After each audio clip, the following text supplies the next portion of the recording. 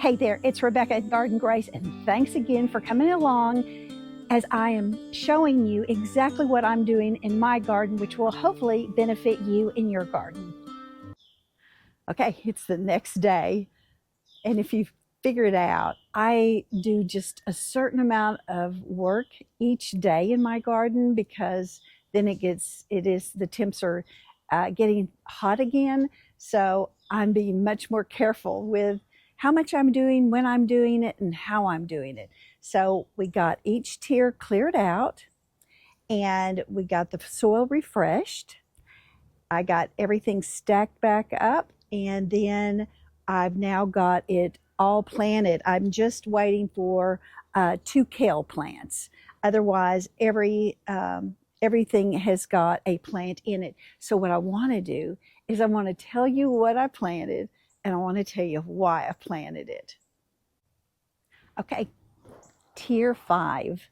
So this tier will get the most sun, but it'll also get the most cold. And so we've got the hardy greens up here, and the Swiss chard and the kale, they can handle that cold. And then for the Buttercrunch lettuce, they're going to be able to get more sunlight to help them when the temps do get colder. All right, tier number 4. So what's planted here is the Swiss chard, and then I planted dill seeds.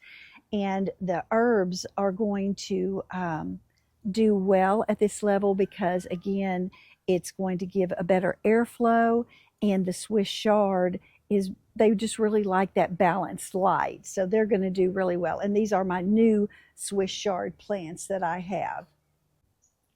Tier 3, this is like the middle balanced exposure.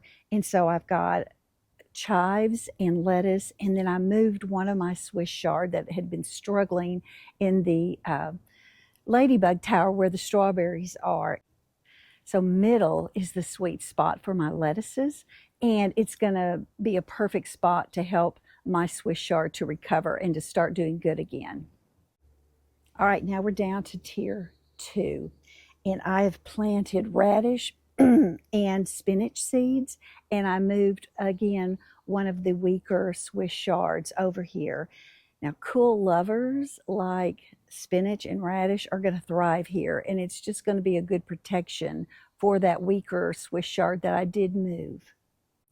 And last but not least is tier 1, and I have planted beets and carrots, and then I moved one more of my older Swiss chard. You know, root crops love a more moist environment, and it's going to again give that protection for this Swiss chard to come back to full production is what I'm hoping for. So you might be wondering, well, that's interesting. You've got several Swiss chard, and they've kind of like anchored throughout this. But I just love this setup. I love the way that it's almost like I'm going to have my own produce before long, and it's going to keep producing for several months for us here in Arkansas. This plan works because it matches the plants to the microclimates on the tier. The root crops at the bottom, the lettuce and herbs in the middle part, and then the sun-loving hardy greens at the top that can also take on more of the cooler temps. And that was my goal, y'all, is to put things together that work together and that will thrive together, just like you want to do in your life with your family, your friends. You want to create that kind of thriving environment as well. And so you look at it and you say, what do I need to do differently to create that experience that I'm wanting to have, that you're wanting to have? So I hope you've enjoyed going through this tower with me. I already did the flower tower, and next I will be doing the strawberry tower and getting those little runner babies situated in little pots of their own until they can root, and I can then get them planted in the tower.